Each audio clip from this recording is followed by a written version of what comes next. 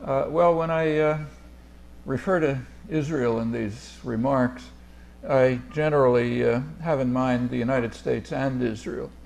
It's important, particularly for Americans, to recognize that virtually everything that Israel does is with the decisive support, often direct participation of the United States. That's economic, military, diplomatic, and not least ideological, the way the issues are framed in the United States, quite differently from elsewhere.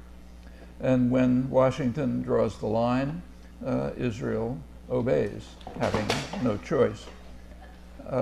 Right now, Israel is facing a pretty severe crisis, in fact, a double crisis, a crisis of legitimation and a crisis of delegitimation. Those are the terms they use. And they're both matters of pretty serious concern.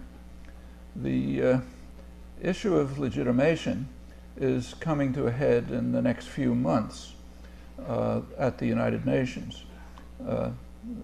Palestine is appealing to the UN to recognize Palestine as a Palestinian state and also to admit Palestine to the United Nations.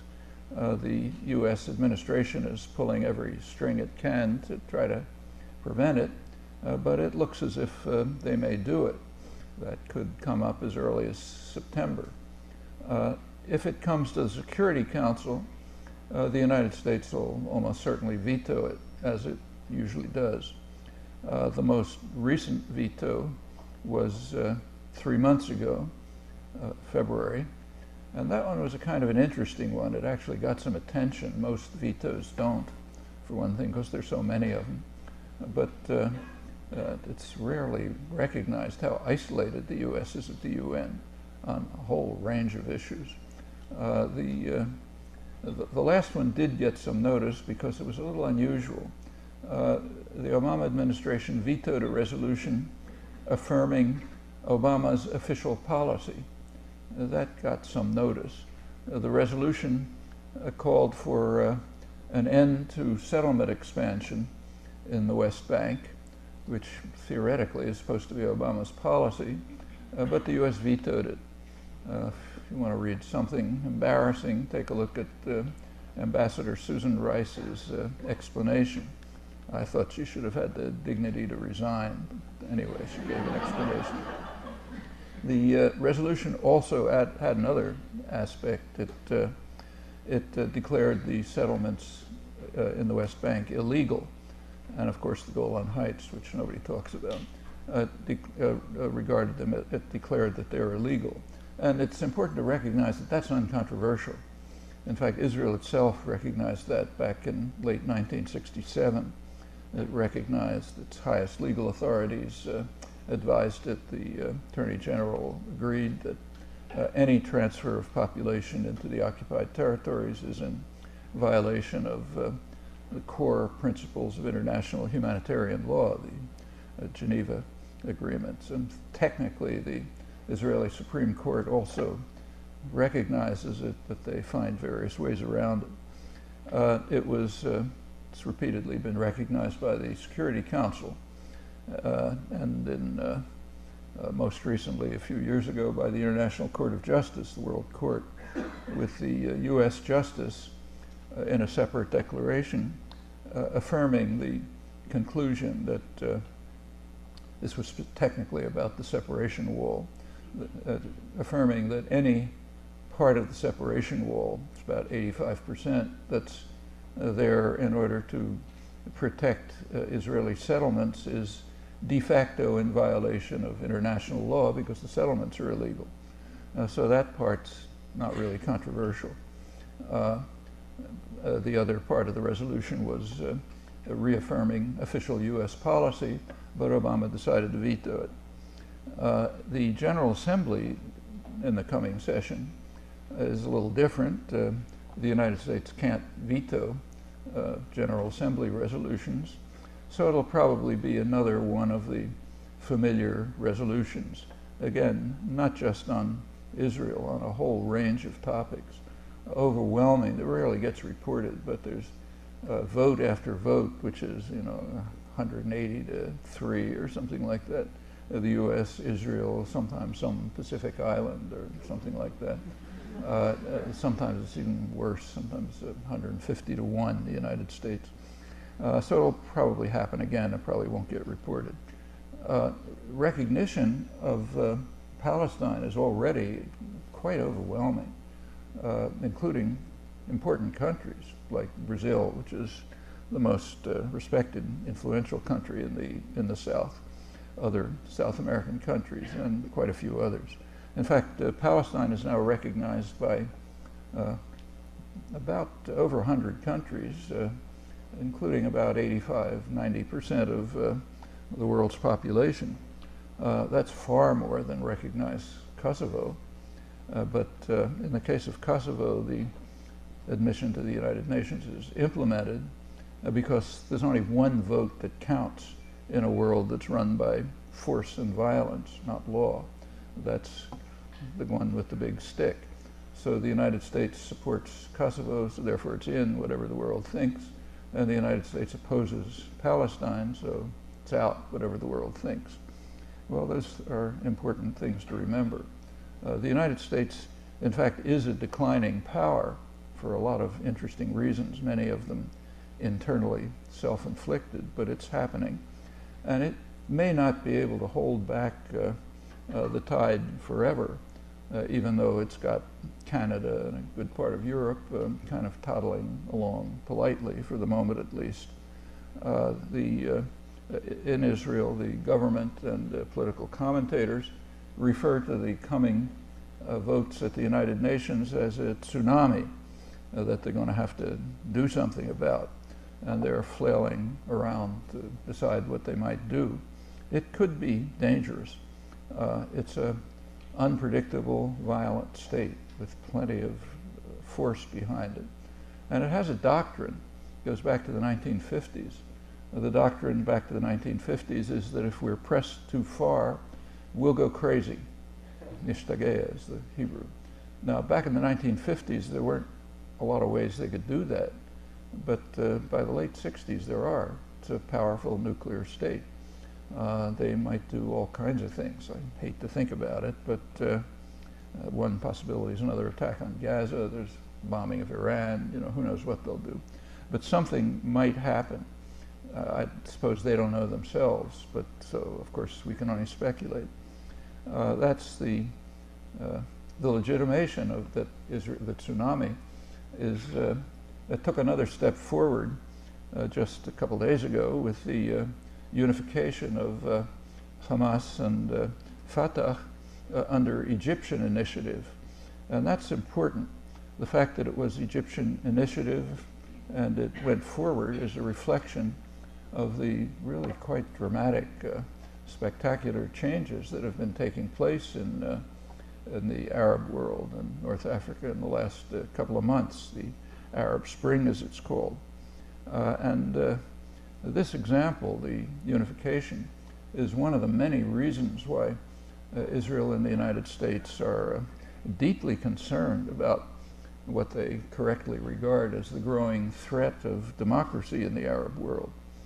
In this particular case, from 1991, the U.S. and Israel have been dedicated to separating Gaza and the West Bank, breaking them apart. That's in direct violation to the Oslo Accords, signed right at the same time, which declare them to be a territorial unity. Well, the unification might impede and might even reverse this process of separation of the two parts of Palestine, and even more dangerous, the unification might undermine Washington and Tel Aviv's dedicated efforts to prevent any political settlement, any diplomatic settlement of the Israel-Palestine conflict. That settlement, the terms of that settlement are very well understood, supported by essentially the entire world, including Iran. Hamas just reiterated its support for it. virtually everyone. It's a unified unification. It's been prevented for 35 years now by the United States primarily, and of course by Israel. Again, important to recognize. I'll come back to it. Well, that's basically the crisis of legitimation. There's also a crisis of delegitimation that Israel's facing, and that's the term that's used when you read, say, the Israeli press. That process of delegitimation was carried forward last December when Human Rights Watch, which is a pretty cautious conservative organization, Human Rights Watch, I'll quote, called on the United States to suspend financing to Israel in an amount equivalent to the costs of Israel's spending in support of settlements. So cut back any U.S. support that goes to the settlements. And also called on the U.S. to monitor contributions to Israel from tax-exempt U.S. organizations that violate international law, including prohibitions against discrimination. Now that casts a very wide net for those of you who know the details of this. In the background is also Amnesty International had already called for an arms embargo on Israel because it's using arms and U.S. arms in violation of international law, actually violation of U.S. law too. In the background is also a popular movement of divestment from anything involving the occupied territories in the United States. Crucially, that includes major U.S. corporations like, say, Caterpillar, which provides the equipment for the destruction of the West Bank for illegal construction, also for straight murder, like the Rachel Corrie case. Includes Motorola, another major corporation, which is providing electronic systems for the illegal separation wall, again, uncontroversially illegal, and for the settlements, all illegal, and many others. And this is also extending beyond to broader boycotts. So that's the crisis of delegitimation alongside the crisis of legitimation. And you can see why it's considered, a tsunami, something very dangerous and might elicit an unpredictable and maybe a very dangerous response. Well, there's a good reason why the United States fears democracy in the Arab world. To find out why, all you have to do is to take a look at polls of Arab public opinion. They're certainly known to planners, but they're not published here. And I presume they're not published because the press doesn't want you to know what people think. I can't think of any other reason. It's hard to think of anything more important at this stage with what's going on in the Arab world than what Arab public opinion is. You hear a lot about what the Arab dictators say, but you don't hear about what the public thinks, and that's very revealing. So what is the public? The polls, incidentally, are taken by the leading U.S. polling agencies, the most prestigious ones. They're released by major institutions, Brookings Institute and so on. It's inconceivable that the media don't know about them, and planners certainly do. And they're interesting. So for example, in Egypt, the most important country in the Arab world, about 90% of the population regard the United States as their main enemy, the main threat that they face. Opposition to U.S. policy is so strong that in Egypt, about 80% think the region would be more secure if Iran had nuclear weapons, not just nuclear energy, but nuclear weapons. Maybe 10% regard Iran as a threat. And the figures are a little different country by country, but that's roughly the story throughout the Arab world. So you can see very clearly why the U.S. and its allies, Israel of course, and the Western allies, cannot tolerate democracy in the Arab world. Not authentic democracy, at least, the kind of democracy in which public opinion would have some impact on policy. I mean, if it did, the United States not only wouldn't control the region, which has been a primary goal for 70 years, but it would be driven out. And that's no small thing. It's a major concern has been to maintain control of the energy reserves of the world concentrated there. So of course the U.S. and its allies are very frightened of democracy in the Arab world. Of course, they talk about democracy, but you know, Stalin talked about democracy too. They can't possibly accept it, and will do anything to block it. And if you look closely at the policies towards the various uprisings, you see it clearly. I could come back to that if you like. You should bear in mind that there's nothing new about this. This goes way back, and there's plenty of evidence about it, plenty of documentation, should be on the front pages of the newspapers, certainly should be taught in schools. So let's go back, say, to the 1950s. In 1958, in then classified, since then declassified documents, internal documents, President Eisenhower, 58, raised with his staff a problem that bothered him. He said he was concerned about what he called the campaign of hatred against us in the Arab world, and not by the governments, which are more or less supportive, but by the people, and wanted a discussion of this.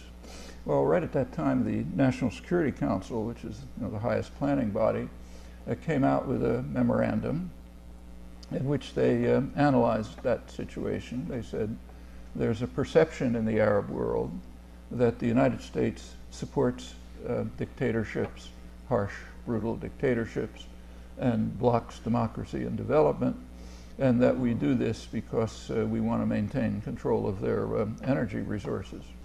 And it went on to say that the perception is more or less accurate, and furthermore, that's what we ought to be doing, because we want to control it and democracy would get in the way. Well, that was 1958. You can fast forward to 2001, there's plenty in between, but I'll skip it. And you'll recall that right after 9/11, George W. Bush made a pathetic speech in which he asked, why do they hate us, Eisenhower's.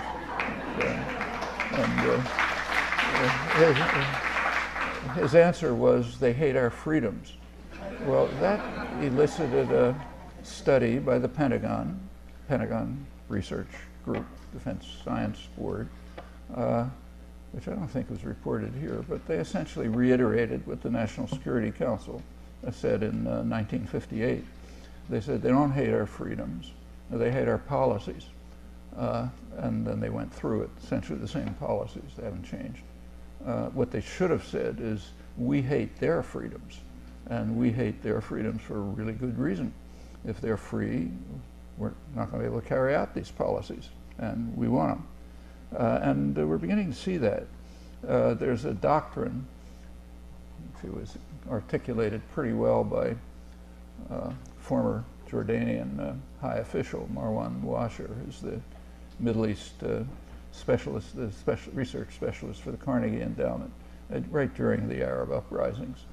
He said that this general principle, which is that as long as everything's quiet, as long as the population is under control, then the powerful can ignore the population and can do anything they like.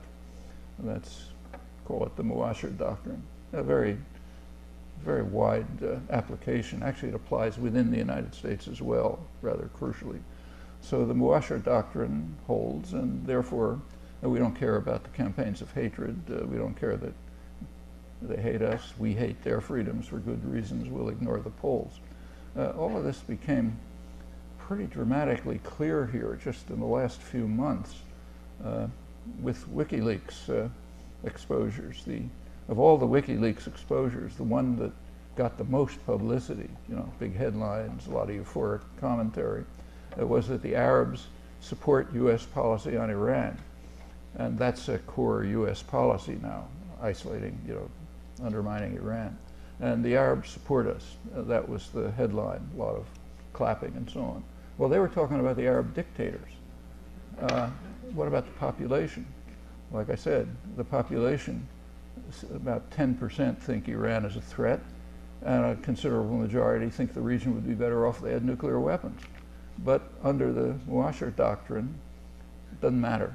As long as they're suppressed by the dictatorships that we back, or somehow silenced, then we can do what we like. And if the Arab dictators support us, who cares about anyone else? Now that's strikingly, not just the diplomatic record, that's the press, that's the intellectual community, the whole intellectual community. Just read the commentary on this and see. General assumption, maybe they'd like to have Iran have nuclear weapons, but as long as the dictators are with us, who cares? As long as they're quiet.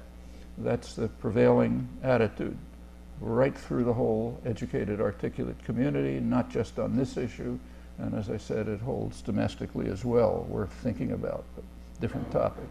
Well, the Arab Spring has had a number of effects already. One of them I just mentioned. Egypt did move forward to bring about the unification that the U.S. and Israel are quite concerned about, but that's only one thing. I mean, a couple of weeks ago, Egypt, the new Egypt, allowed Iranian ships through the Suez Canal into the Mediterranean. Now that has, first time that's ever happened, and the U.S. and Israel don't like it. The Mediterranean's our lake, not anyone else's, and they broke with that. It looks as if they're going to move to open the Gaza border. The closing of the Gaza border, participating in the Israeli siege, is very unpopular in Egypt, and it looks as if Egypt is taking some steps now to open the border, which would break the siege, and that's critical. In the background is another question which is uncertain. There is a treaty, Egypt-Israel Treaty, 1979, which is also extremely unpopular in Egypt among the population. If you read about it here, there's a lot of concern that they may weaken it or maybe even rescind it. The way it's described here is, literally, New York Times, that the treaty is very important because it helps preserve stability in the region. That's a very interesting commentary, because what the treaty does is preserve instability in the region. And that's very clear and explicit. As soon as the treaty was signed, 1979, Israel recognized, it's obvious, but they of course also recognized that with a treaty with Egypt, the main Arab deterrent is out of the game. Egypt is by far the main military force, the only big organized military force in the region. So with the Arab deterrent gone, Israel's free to proceed with its policies elsewhere. It's kind of trivial. They can expand illegal settlement in the occupied territories, and critically, they can attack their northern neighbor, Lebanon. And that was recognized right away. You read Israeli strategic analysts, Avner Yaniv and others. They said straight off, look, we didn't like the treaty much, but it has a good side. We're free to do what we like, because there's no deterrent any longer. And right away, Israel planned its invasion of Lebanon. A couple of years later, a total fakery about pretexts, go into it if you like. And it was no small thing. The invasion of Lebanon in 1982 killed maybe 20,000 people, devastated southern Lebanon, destroyed a large part of Beirut. It finally got so bad that the U.S. was backing it all the way. Reagan thought it was great, but they backed it. However, it got to the point where, even Thomas Friedman, who, and this is going pretty far, he was a reporter in Beirut, and it kind of dawned on him that having bombs drop on you isn't a lot of fun. So he started writing critical comments about the bombing. Okay, now we're at the outer limits. And it was becoming really an international scandal. So Reagan kind of ordered Israel to terminate it in mid-August 1982. A lot of horrors happened after that, like Sabra Shatila, it's another story. And Israel, of course, had to obey. They have no choices, even though Menachem Begin, the prime minister, was talking at the time about how Hitler's hiding in his bunker and we got to go after him. That's Yasser Arafat. But the boss said no, so they stopped and went off and did something else, the Sabra Shatila massacre. So in fact, the treaty contributes to instability in the region, but in the technical terms of U.S. political discourse, that's stability. Stability means something that we like. Instability is something we don't like, literally. So, for example, you take a look at Iran. The big threat of Iran now is that they're destabilizing the region. How are they destabilizing it? They're trying to expand their influence into neighboring countries, Afghanistan and Iraq. When we invade and occupy and destroy those countries, that's stabilization. When they try to expand their influence into the neighboring countries, that's destabilization. And that makes perfect sense if you own the world. And that's, and that is the basic assumption of U.S. culture. We own the world. If anybody's in the way, they're doing something wrong, you know, by definition. And, I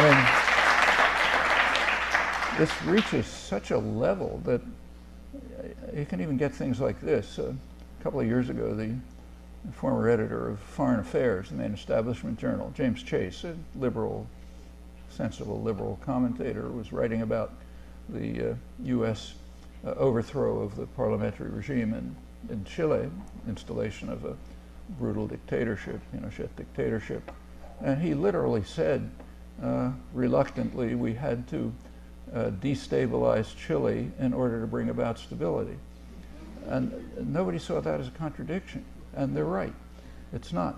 We had to destabilize it in order to bring about our rule under a dictatorship, which is by definition stability.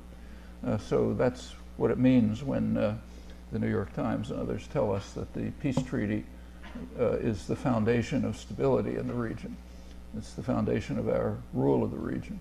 But the Egyptians may not go along with that, so we'll see. The isolation of the U.S. on these issues is quite significant and should be talked about in a free society. So take, say, Iran again. Iran is the centerpiece of U.S. policy. This last year was called the Year of Iran. In the foreign policy journals, Iran is the major issue. The story is that Iran is isolated. The international community is isolating Iran. Who's the international community?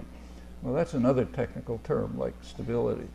The international community is, of course, the United States and anybody who happens to be going along with it, like Israel maybe, or some Marshall Islands. That's the international community, literally. So take a look at Iran. The non-aligned countries, which is most of the world, have been vigorously supporting Iran's right to develop nuclear energy. They've been doing that for years, but they're not part of the international community.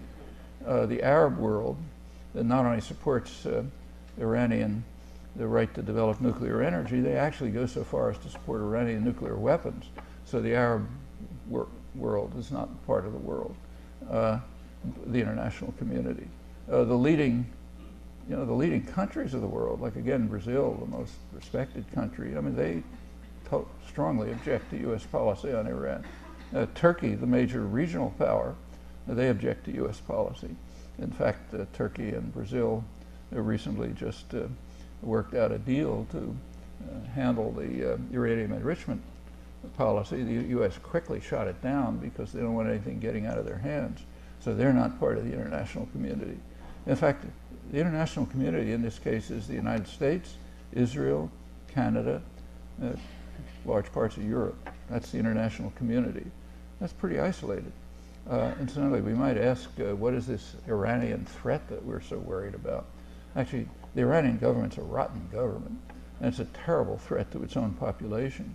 But unfortunately, it's not unique in that regard, including our friends. And that's not the threat, because we support governments which are horrible threats to their population. So what's the threat? Well, actually, there's an authoritative answer to that, which again would be front page news in a free press. Every year, the Pentagon and U.S. intelligence provide an analysis of the global security situation to Congress. The last one, about a year ago, of course, had a section on the Iranian threat, big section. So what's the Iranian threat? Well, you can look it up on the internet and find out. They point out that the Iranian threat is not a military threat. Iranian military expenditures are very low, even by the standards of the region. I mean, minuscule as compared with the U.S., of course. They say that they go into Iranian military doctrine, and they say Iranian military doctrine is strictly defensive. It's designed to deter an invasion long enough so that diplomacy can set in. They say a very limited capacity to deploy force. They talk about the possibility of developing a nuclear capacity. They say if Iran is developing a nuclear capacity, it would be part of their deterrent strategy, deterring a U.S.-Israeli attack. And if any country needs a deterrent, it's Iran. Just take a look at the geography. It's completely surrounded by the military bases of a hostile, violent superpower, and is constantly under threat of attack in violation of the UN Charter, if anyone cares about that. Nobody sane wants Iran to have a nuclear weapon, I don't think, despite what Arab opinion is, but it's possible that they're developing a nuclear capability, we don't know. And if so, yeah, it's likely part of their deterrent strategy. The chances they'd use it are almost zero. They'd be vaporized in 30 seconds if they mounted a missile. But so that's part of the threat, a deterrent, and they do an Iranian deterrent would limit what the U.S. and Israel can do. You know, you've got to be careful if somebody can attack you with nuclear weapons. So puts a limit on the U.S. and Israeli aggressiveness and violence, and that's a threat. And the other threat, which they go into, is what I already mentioned. They're destabilizing the region by trying to expand the commercial, cultural, and other relations with their neighbors. Well, that's the Iranian threat. And on this, the U.S. is quite isolated. The U.S. can sort of tolerate with dismay Turkey's disobedience. But there's another country that's much more worrisome. That's China. China doesn't take any nonsense. China is regarded as a great threat by the United States because they refuse to be pushed around. Their sense, China is look, we've been here for 3,000 years, fending off the barbarians, and okay, you want to make noises, that's your business. We're not going to pay any attention. And that's really frightening. Like if you're, say, the mafia don, and somebody says, I'm not going to pay any attention to you, and you can't do anything about it, you're in trouble. And that's the problem with China, not Chinese aggression, it's just disobedience, disdain, in fact. And if you look at the Washington pronouncements, there's a kind of a touch of desperation in them.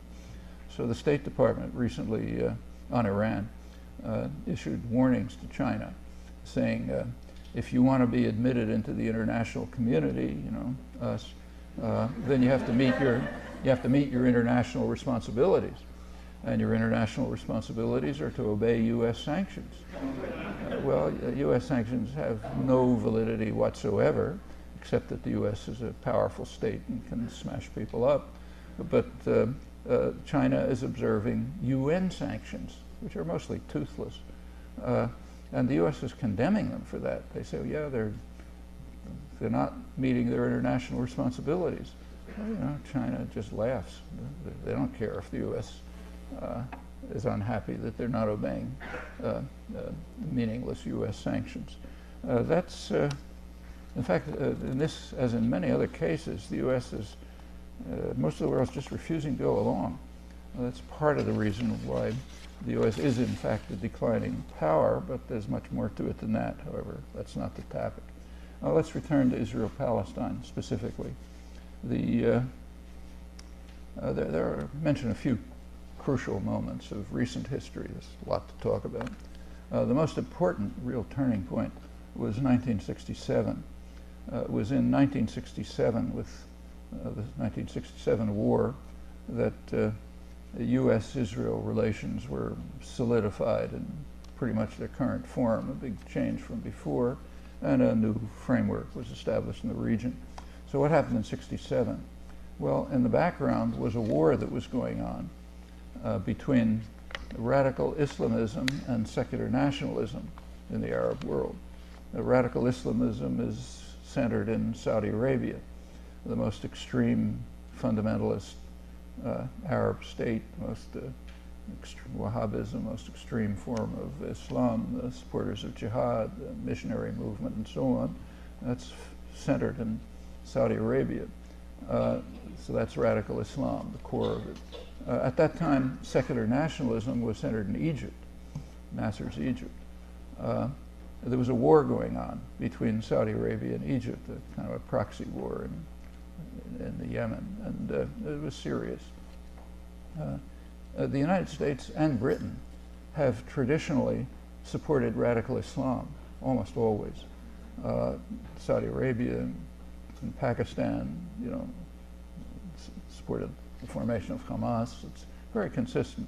The U.S. has been a very strong, Britain too, a very strong supporter of radical Islamism. And there's a reason, because they consider it a barrier to secular nationalism.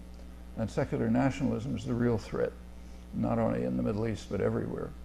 For example, secular nationalism might involve a move towards real independence and towards taking over the resources of the region and using them for its own population instead of for the West and for the ruling gangsters.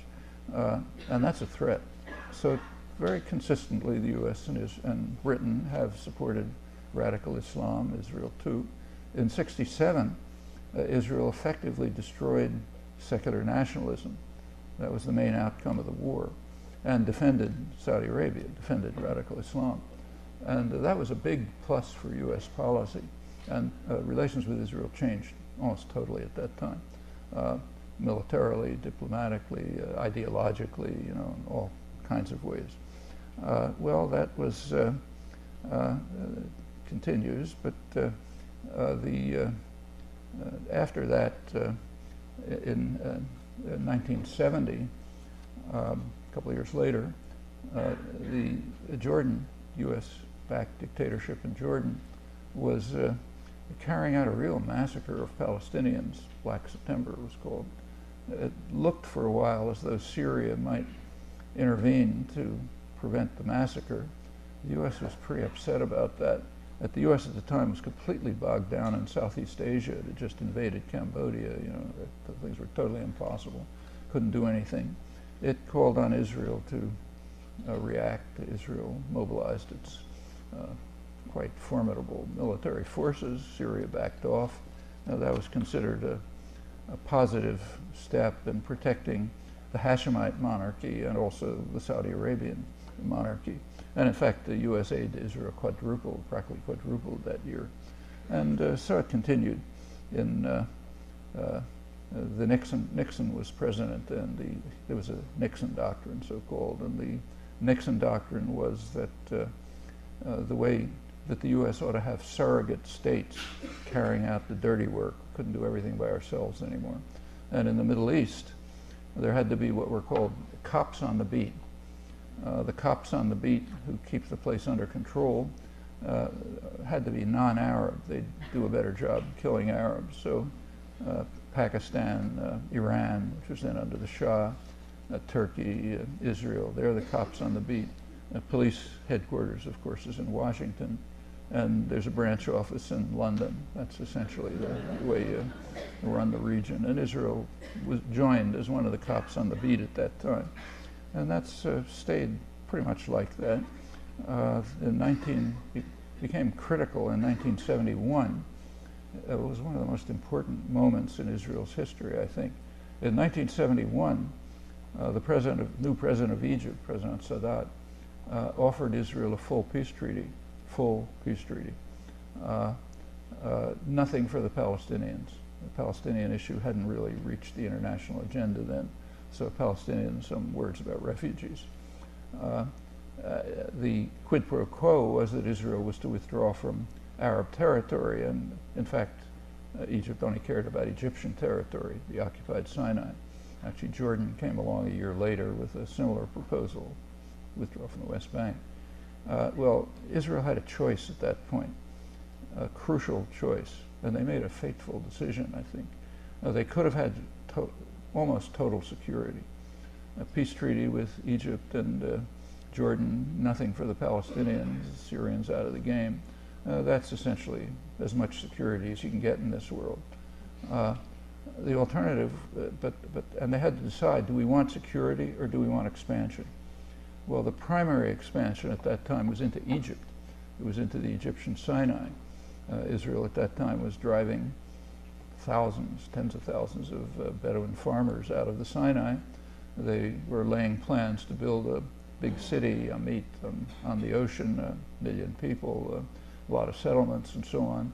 And they decided they'd rather have expansion than security. The question is, what would the U.S. do, as always, and the U.S. went along with them. Kissinger supported that.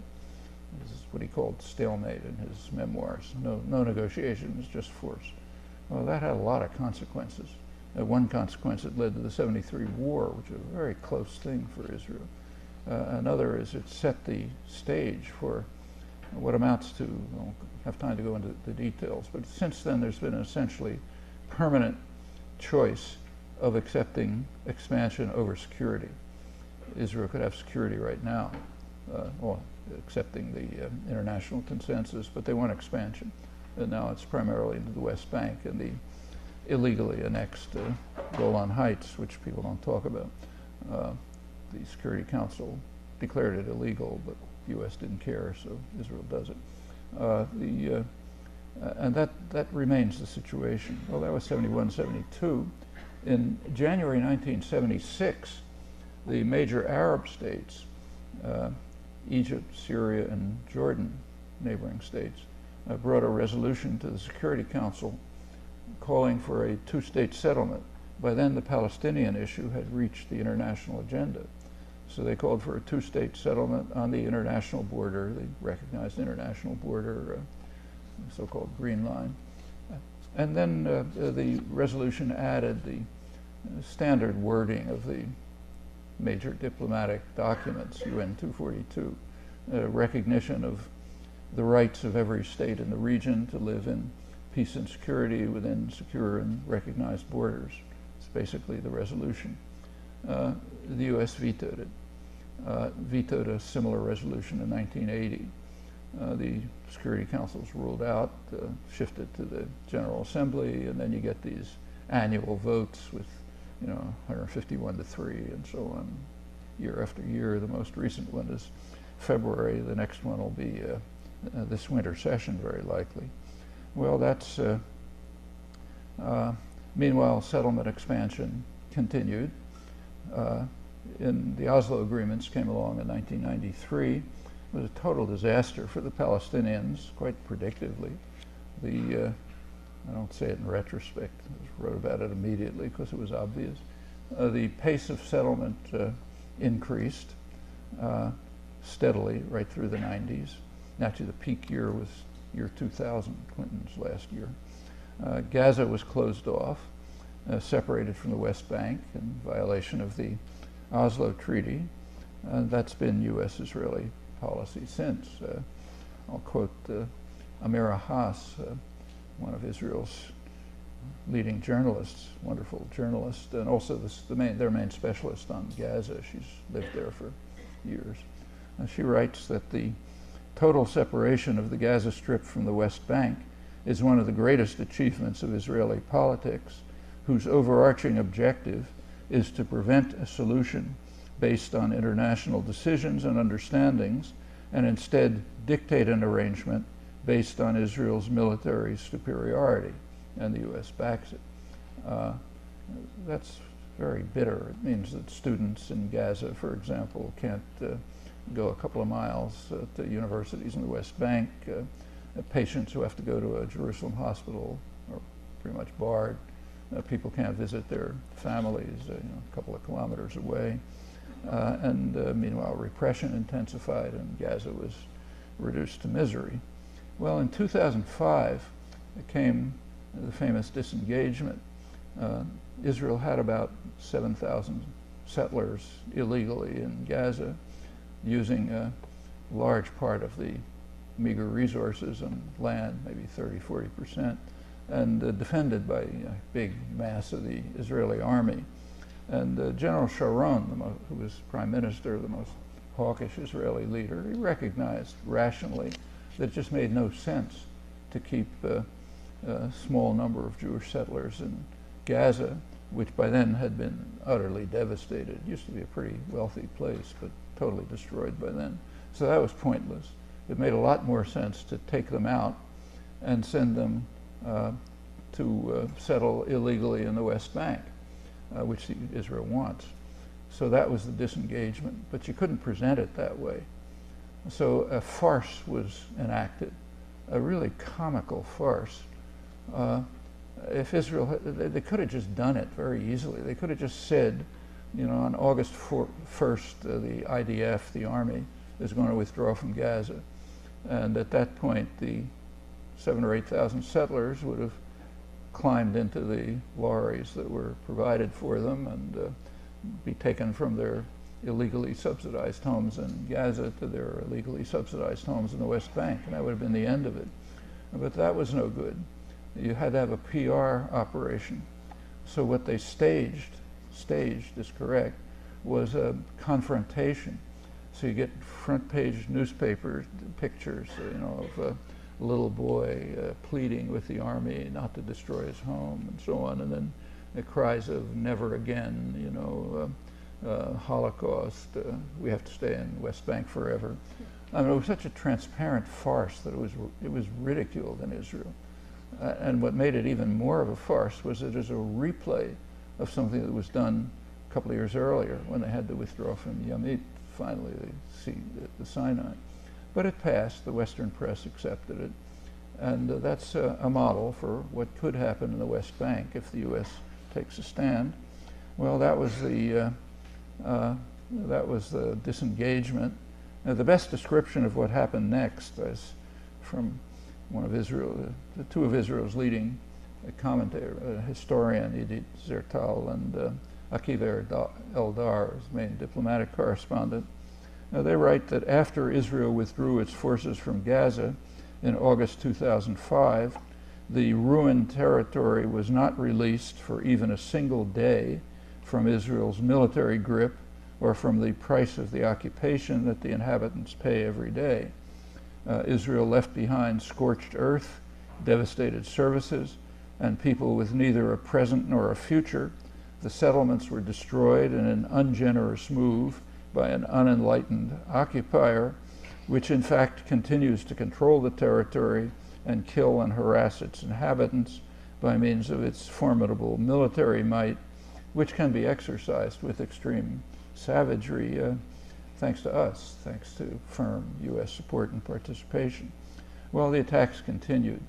That was August 2005.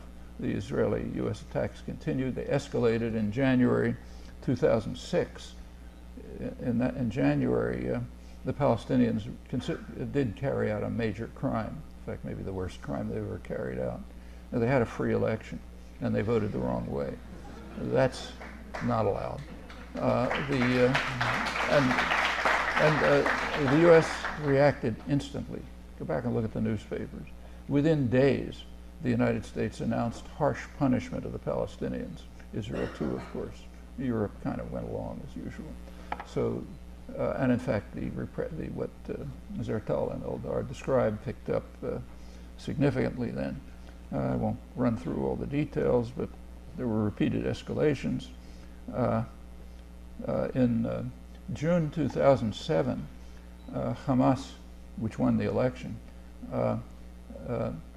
in June, what's described is this: that in June 2007 there was a civil war in which Hamas drove out Fatah, the U.S. favorites, and that showed that they're just a gang of terrorists. What actually happened is really not contested. The U.S. tried to initiate a military coup to overthrow the results of the elections. Now, that's standard operating procedure. The U.S. does that all over the world. So they tried a military coup. It was run by a Fatah strongman, Mohammed Dahlan. The coup was preempted by Hamas, and they drove out the Palestinian Authority, and they did take over. Well, that's the Hamas crime. Not that they're nice people. It's a harsh, brutal organization. I wouldn't want to live under their rule, but that's a separate story. And of course the attacks then escalated again, the siege tightened.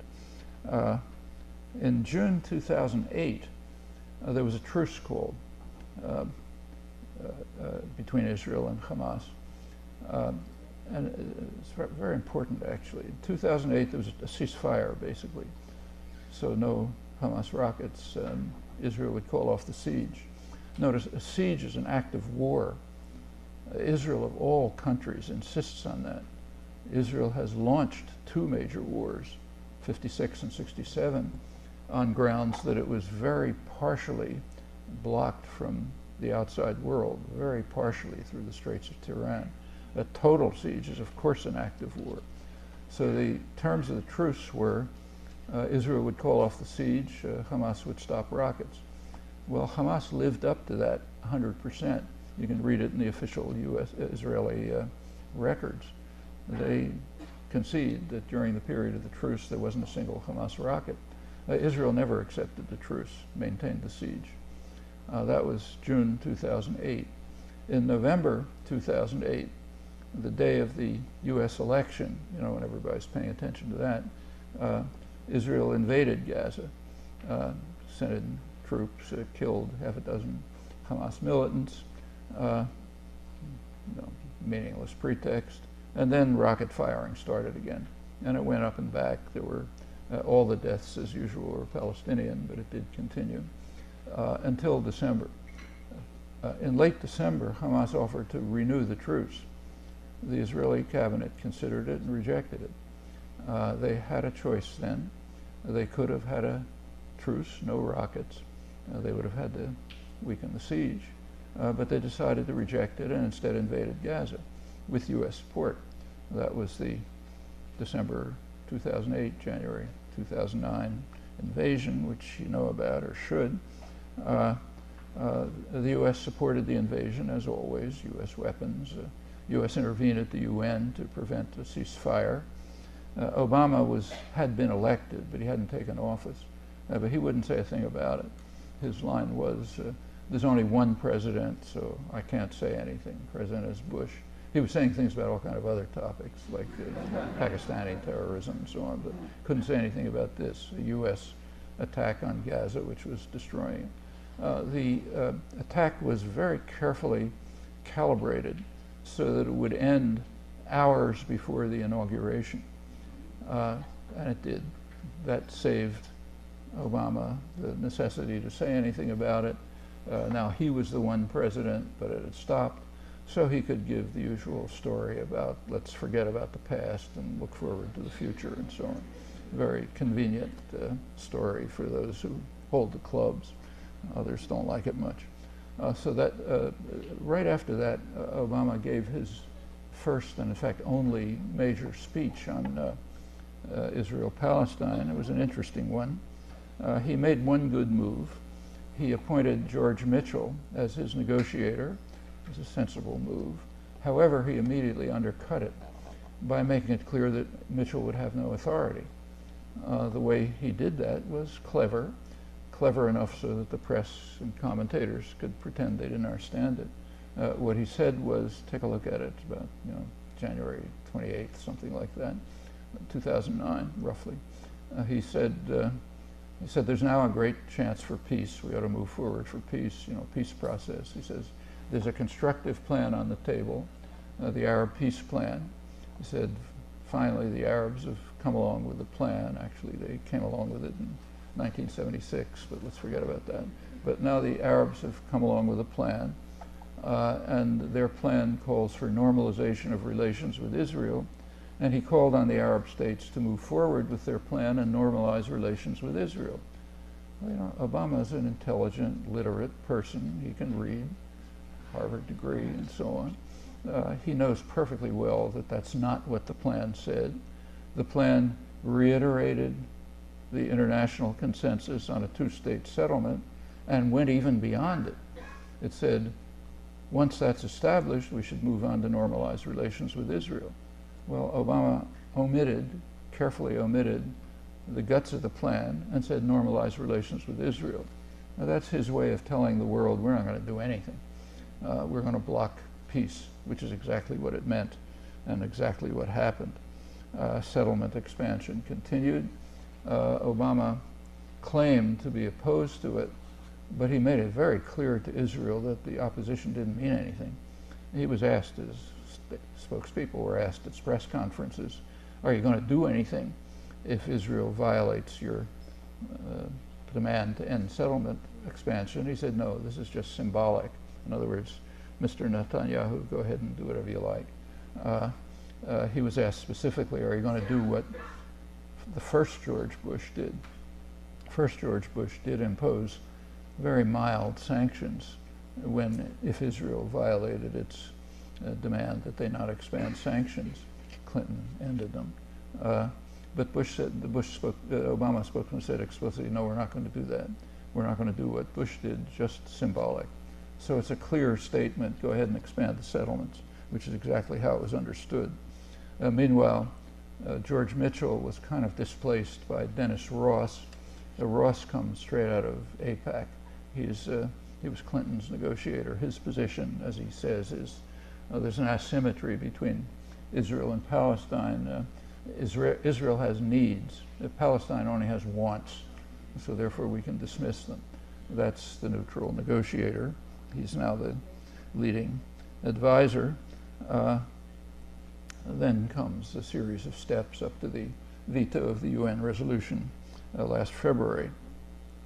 The Arab League, meanwhile, they do talk. They actually have voices. They don't say much, but they do say some things. Like a couple of months ago, they called for 2 no-fly zones. You heard about one of them. They called for a no-fly zone in Libya, and a big uproar about that. Great, no-fly zone in Libya, we got to bomb Libya because the Arabs demand it. They also at the same time called for a no-fly zone over Gaza. Not a word, you know. Actually, you can read about it. You can read about it in the London Financial Times, the main international business journal. Some around the corners in the United States you could read about it, but no national press. That no-fly zone over Gaza didn't conform to U.S. policies, so therefore that one didn't exist. Let's go on to what the options are now. What are the options today? Well, and there's a lot of commentary about this, of course, and the way it's usually phrased is that there are really 2 options. One is the 2-state settlement, which has been the international consensus for 30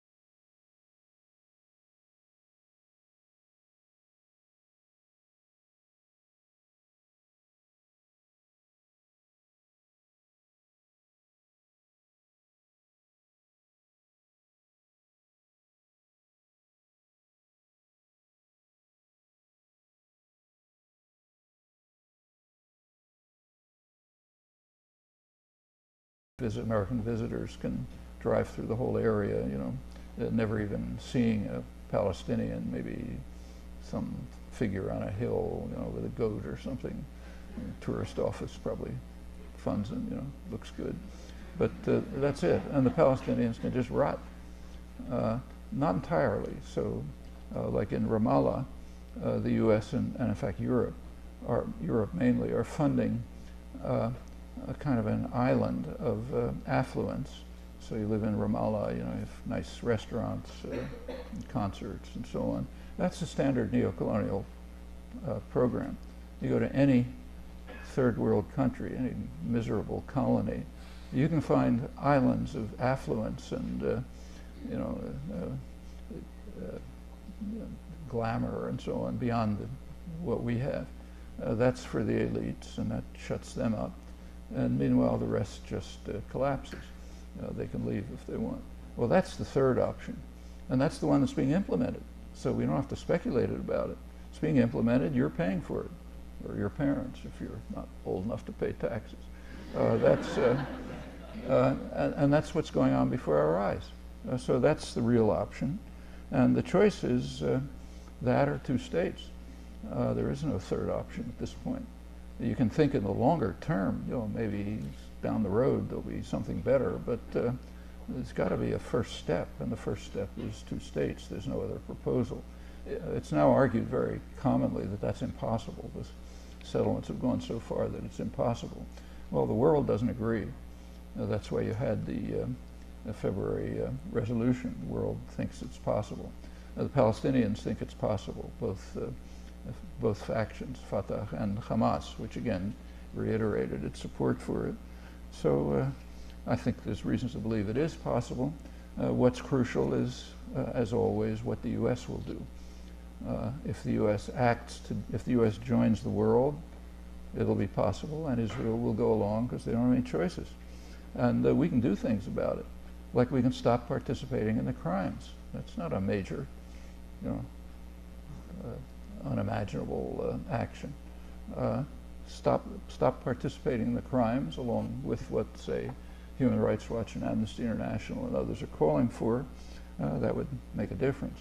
Now, there's a lot of, it's very common now these days to draw analogies between Israel and South Africa. Most of them are pretty dubious in my view, but there are some which are reasonable and instructive. Oh, okay. Yeah. It says 5 minutes. I'm used to that. When my kids were little and they ask questions, you know, they often say, just the 5-minute lecture, please.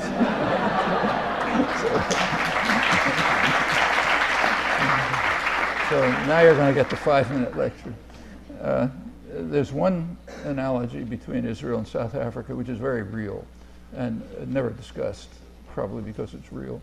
Around 1960, the South African government, nationalist government, recognized that they're becoming an international pariah. And the South African foreign minister called in the American ambassador. We have the documents now, and he talked to him. He said, look, we're getting voted down by everyone in the UN, you know, everyone's opposed to us and so on, but you and I both know that there's only one vote in the UN, yours. So as long as you're with us, we don't really care what the rest of the world thinks. And that's pretty much what happened. If you look through the following decades, by the a big anti-apartheid movement did develop. By around 1980, American corporations were pulling out, Congress was passing sanctions, the UN had already declared an embargo. Nobody was supporting apartheid. It was overwhelming opposition. But the only person who was supporting apartheid was Ronald Reagan and his administration. They were strong supporters of apartheid, and they continued to support it in the framework of of the war on terror. War on terror was declared by Reagan, not Bush, and they had to defend the African nationalist apartheid regime against the terrorist Nelson Mandela and the African National Congress. And I mean it literally. In 1988, the White House declared the ANC, Mandela's ANC, to be one of the more notorious terrorist groups in the world. So of course we had to support the white nationalist regime. In fact, Mandela himself only got off the terrorist list about 2 years ago. So now he can come to the United States without a special, special arrangement. And that continued until around 1990. At that point, U.S. policy changed. We don't have all the documents, but you can guess why. Mandela was let out of Robbins Island. A couple of years later, apartheid was gone. It's not a nice situation. It's a pretty rotten situation in many ways, but at least apartheid was dismantled, which is a big victory. Now, that's not the only time that that's happened. There's case after case. When the boss lays down the law, people have to do something. And that's actually an optimistic conclusion for us. It means that it's really very much in our hands. If we take the right kinds of actions, if we're capable of, if our own society is democratic enough so that popular opinion makes a difference, which it should be, and if it isn't, we have a lot to worry about, not just this, then plenty of things we can do to change that, to compel the United States to join the world on this issue as well as others. And in that case, this Israel-Palestine conflict can be certainly mitigated, not solved, but mitigated and set on the basis to a much more favorable outcome. That's the 5-minute lecture.